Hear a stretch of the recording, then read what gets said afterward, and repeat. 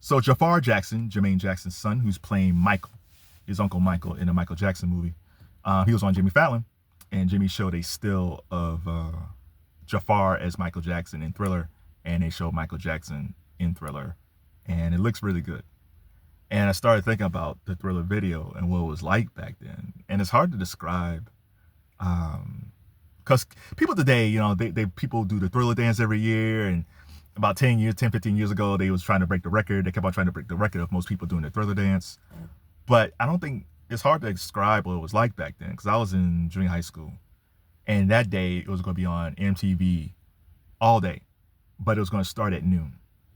And we sat there all day waiting for school to let out, to go run home and see that video. Some people cut class. I remember that. Where Bobby at? He was here this morning. But man, that bell rang and everybody ran out. And we watched that video, and it was just one of the most amazing things you would ever see at that time period. Now, Michael, off that album, Billie Jean was the cheapest looking video, but it was fantastic. Just the way he danced and the way the floor lit up. Everything about that video was cool. And then he made Beat It. And Beat It doesn't get enough praise for also being a mini movie. I mean, it was the first mini movie. But Beat It does not get enough praise because the Beat It video and then the dance, and you're copying the dance and the jacket. Man, it's like, there's no way he can top this video. Like, it's impossible. It's impossible to top Beat It. And then Thriller comes out. It's him and Ola Ray. I didn't know who Ola Ray was back then until later. I found out she was a Playboy model. It's like, ooh. But man, if you want a quintessential black woman with a Jheri curl back then, go find pictures of Ola Ray. She was stunning. So the beginning of the video, it's like Ola and Michael in the 1950s, and he was like, I'm not like other guys. It's so fantastic. He turns into the werewolf. And, the video was directed by John Landis, who directed American Werewolf in London. And then it goes into the theater, and it's him and Ola, and they leave, and he dances around her, and she has that sexy walk, and he's just having a good time. And then you watch the behind the scenes, and they're practicing it, and he has his Mickey Mouse shirt on, and he's being playful, and she's being mature and sexy. It's funny, man. Oh my God, that making a Thriller is fantastic. And then in the video, we get into the Thriller dance, man. It's just, the makeup was impeccable, done by Rick Baker.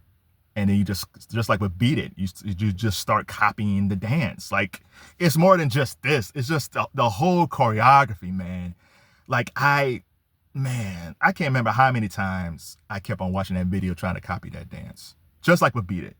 Just like, and it's just smooth, because it's like Bob Fosse and Fred Astaire and hip hop. Oh my God. It's like, oh my God, that video was so amazing. And again, the record label didn't want to release it. Like, at that point, I think they had like, I don't know, 6 hit singles, because they only did Beat It and Billie Jean, and everything else after, like, Want to Be Starting Something, Human Nature, there was no videos.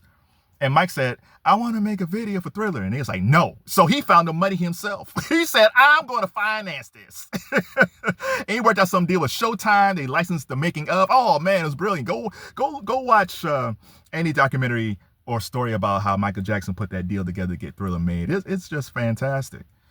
But it's just, we'll never see a guy like Michael Jackson again. Like, we'll see pockets of guys that's influenced by him, like this Chris Brown and this Usher. NBA Youngboy, like recently someone called NBA Youngboy, if you don't know him, he's a rapper. He's a very successful rapper. They say he's the Michael Jackson of his generation. Now listen, he is tall and kind of lanky like Mike. And he has a higher pitch register like Mike. But that's where the similarities end. Like, I know his NBA Youngboy's audience is connected to him, and he makes songs that people really enjoy. But Michael Jackson, from the Jackson 5 on, reached everybody. If I asked my dad, who's NBA Youngboy, my dad would not have a clue. If I would have asked my grandmother about the Jackson 5, my grandmother would know back then. You just don't have artists today. I think the thing about stan culture today is stan culture makes it seem like everybody is a fan of a certain artist. And you didn't need to have stan culture back then with Michael Jackson. Everybody just loved his music. And when I saw that picture of Jaafar Jackson looking like Michael Jackson in Thriller, it just took me back to a time where this one man reach every demographic, young, old, every racial demographic, everything, man.